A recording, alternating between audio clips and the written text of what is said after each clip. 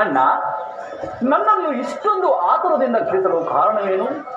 ಅದು ಅಲ್ಲದೆ ಶಕುನಿ ವಾಹನವರು ಹಸ್ತಿನಾವತಿಯಿಂದ ನೇರವಾಗಿ ದ್ವಾರಕೆಗೆ ಬರಲು ಕಾರಣವೇನಣ್ಣ? ಕೃಷ್ಣ, ಅಣ್ಣ, ದುರ್ಯೋಧನನ ಮಗನಾದ ದಕ್ಷನಿಗೆ ನನ್ನ ಮಗಳಾದ ಶಶಿರೇಖೆಯನ್ನು ಕೇಳಲು ಕನ್ಯಾರ್ತಿಗೆ ಬಂದಿರುವನು. ಅದರಲ್ಲಿ ಈ ವಿಚಾರದಲ್ಲಿ ನಿನ್ನ ಅಭಿಪ್ರಾಯವೇನು ಕೃಷ್ಣ?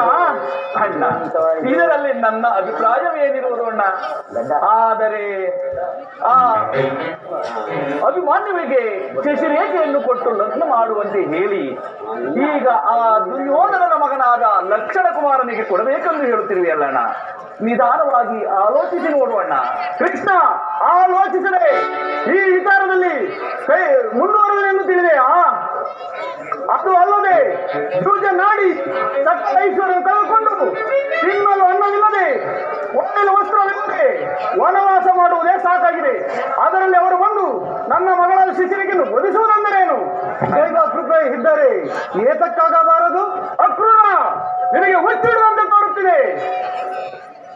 ಈಗ ಈ ಕಾರ್ಯದಲ್ಲಿ ಸಾಕ್ಷಾತ್ ಪರಮೇಶ್ವರನ ಅಡ್ಡಿಯಾಗಿ ಬಂದಿದ್ದರು ಅಭಿಮನ್ಯುವಿಗೆ ಶಿಶಿರೇಖೆಗೆ ಯುದ್ಧ ಮಾಡಲಾಗದು ಕ್ರೂರ.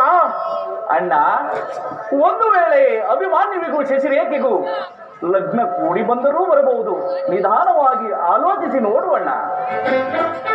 ಕೃಷ್ಣ, ನಾನಿಲ್ಲದ ವೇಳೆಯಲ್ಲಿ ಸುಭದ್ರೆಯನ್ನು ಅರ್ಜುನ ಅಪಹರಿಸಿಕೊಂಡು ಹೋದನು. ಆವಾಗ ನಿನ್ನ ಮುಖವನ್ನು ನೋಡಿ ಸುಮ್ಮನಿರಬೇಕಾಯಿತು. ಇವಾಗ ಈ ಕಾರ್ಯದಲ್ಲಿ ಸಾಕ್ಷಾತ್ ಪರಮೇಶ್ವರನ ಅಡ್ಡಿಯಾಗಿ ಬಂದು ನಿಂತರು ಅಭಿಮನ್ಯುವಿಗೆ ಶಶಿರೇಖೆಗೂ ಲಗ್ನ ಮಾಡಲಾಗದು ಕೃಷ್ಣ.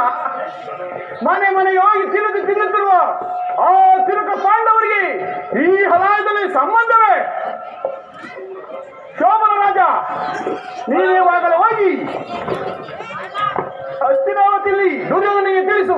ಶುಭ ಲಗ್ನ ಮುಹೂರ್ತಕ್ಕೆ ಏರ್ಪಾಡು ಮಾಡಿ ಲಗ್ನ ಪತ್ರಿಕೆಗಳನ್ನು ಕಳುಹಿಸಿರಿ. ದೇವ, ನಿನ್ನ ಇಷ್ಟ ಎಂದೇ ಆಗಲಿ. ನಾನು ಹಸ್ತಿನಾವತಿ ಹೋಗಿ ಗೌರವೇಶನ್ನು ಕಂಡು ಲಗ್ನಕ್ಕೆ ಏರ್ಪಾಡು ಮಾಡಿಸಿದೆ.